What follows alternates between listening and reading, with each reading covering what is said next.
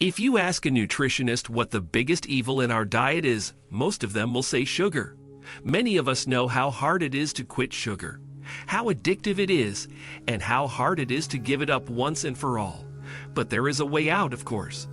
In this video, I have collected the basic ways and techniques to stop eating sweets, so watch the video till the end. It will be very interesting and useful. By the way, friends, be sure to subscribe to my channel and click on the bell too. Do not miss my novelties. So first, let's break down for a general understanding of why we want to eat sweets. First, we often crave something sweet because of an unbalanced diet. There are not enough complex carbohydrates in the diet, either fats or proteins, which take much longer to be broken down and digested than simple sugars. That is why we start to feel hunger quickly. Accordingly, it is necessary to add complex carbohydrates, fiber, protein, and fats in reasonable amounts. Another reason for craving sweets is work, which is associated with vigorous mental activity. Yes, our brains are powered by glucose. And the brain, our brain, is probably the most voracious organ. While it weighs 2% of our body weight, it eats up 20% of our oxygen. Another reason we can crave sweets is because we are constantly stressed, often without realizing that we are living in a stressful environment. For example, we were under stressful circumstances since childhood. Yelling and fighting was the norm in the house. Then we entered adulthood, where, again, yelling and arguing was the norm. Objectively speaking, this is a stressful situation, which is destructive to our body. And since we are under stress, the body seeks to compensate for this somehow, and to take pleasure where we have missed it. That's why people often eat what's called stress, because when we eat something sweet, candy, much less chocolate, we get our dose of dopamine, that same pleasure neurotransmitter, which somehow, so locally, temporarily, but kills the accumulated stress. That's why it's a good idea to remove the source of stress, not just deal with its consequences.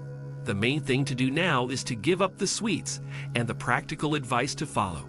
So first, you need to give preference to complex carbohydrates rather than simple ones. Complex carbohydrates are those carbohydrates that take much longer to digest, which have a lower glycemic index, and which will provide a feeling of fullness for a longer time. Second, we need to add, oddly enough, fats to our diet. We generally need to remove sugar and replace the same calories with fats. And that would be a very good switch. Fats are a great way to help curb hunger. If we consume, well, of course, an adequate amount of fats, then we will not have this constant desire inside to have something to snack on, to satisfy that hunger. Generally speaking, what causes this constant hunger? It comes from the fact that by abusing sweets, we raise our insulin in the blood, and this hormone provides an increased appetite. It directly affects our appetite. So it's not surprising that such a simple pattern emerges. More sweets, more appetite. We begin to eat it again with sweets because we are already used to it, and we get into this vicious circle.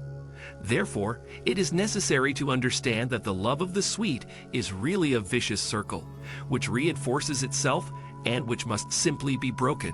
Moving on. If we do eat something sweet, well, let's say, sometimes we have some indulgences. It's basically not forbidden just a little bit. That is, it needs to be slow and gradual. Chewing for a long time and not rushing anywhere, very slowly, measured and thoroughly. Because if we eat it on the fly and even fast, then we can eat half an hour in half an hour. But if we eat in small portions, we'll eat twice or 3 times less. And in the long run, we'll be at an advantage. Remember this simple rule. Sweets need to eat slowly. Let's move on. The next psychological way. The technique is very important, and it is even often recommended, even by neurophysiologists. So in order not to have a temptation, do not stumble on it. If you can't refuse and resist sweet muffins, candies, and buns, then just never keep them in your house. Just don't buy them. And if you live with someone else, ask them to either buy them or don't buy them, so that you won't even be tempted to think about it. If you go to the supermarket, just walk by with your eyes closed past all those departments and don't even look there. Ultimately, those people who have studied the workings of our brain, and in particular, the limbic system of the internal parts of our brain, the very system that is responsible for this seeking out delicious food and getting excited about it. These experts say that we don't know how much excitement the limbic system has in any given person. Maybe a sweet tooth has it so highly aroused that he really can't get over the withdrawal. And some people do have this disadvantage, that they have a heightened need and excitability of the limbic system for sweets. So it's most effective for these people to not even be tempted. That's to keep all those sweets out of sight. Moving on, never reward yourself with sweets. That is, for example, you worked out so hard, so much effort put in, and we want to reward ourselves psychologically. Now I'll eat a chocolate.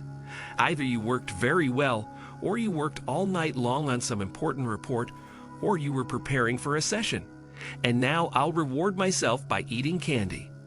On the one hand, to reward yourself for hard work is certainly right. It tames us to hard work, and it encourages it, great. But there is one thing. But with this approach, we begin to value sweets as a reward, and that's a bad attitude. We should not see sweets as a profitable trophy. If we want to minimize sweets, then we must change our attitude toward them. We must cool down to them, not see them as some kind of reward that is cool, cherished, and so desirable. No, they must turn into something neutral or even negative for us, with a minus sign. It is not at all a reward to be honored. Of course, I understand that it is also important to reward yourself for your hard work, but think of another way, not with sweets, but with something else that is more useful. And by the way, there is still such an educational moment. Child psychologists often recommend not to reward children with sweets too. Here you got an A. Find a candy. Because if you do so much, then with age, when the child becomes an adult, he too will perceive sweets as some advantageous and very cool achievement, which is something to strive for. His brain will already unconsciously perceive it, and when he will have the ability to buy his own candy, then he can start buying it for himself in unlimited quantities. Here is such an important psychological moment. The next method, which is also very effective, is physical activity. It has long been proven and is well known that any physical activity dulls our appetite. The effect lasts up to 2 hours. If we want to eat something sweet, go for a walk somewhere in the park, or do a series of squats, a series of push-ups. Up to 2 hours you can get the effect of dulling your appetite. The next trick is for any impulse to eat something sweet, drink a glass of water. Our stomach is so set up that its receptors don't do a very good job of distinguishing between something inside and something inside in terms of nutritional content. Here it's full, and it thinks it means I'm full, so you can really fill it up with water and dull the feeling of hunger. However, remember that the signal of satiety from the stomach can go up to 20 minutes to our brain, that it will not be instantaneous, but over time it will be. By the way, friends, write in the comments, and you eat a lot of sweets? Or have you already given it up? It will be interesting to tell. And now I recommend you to watch my other video, the link to the video you just got on your screen. And if you like this video, please like it and subscribe to my channel. See you soon.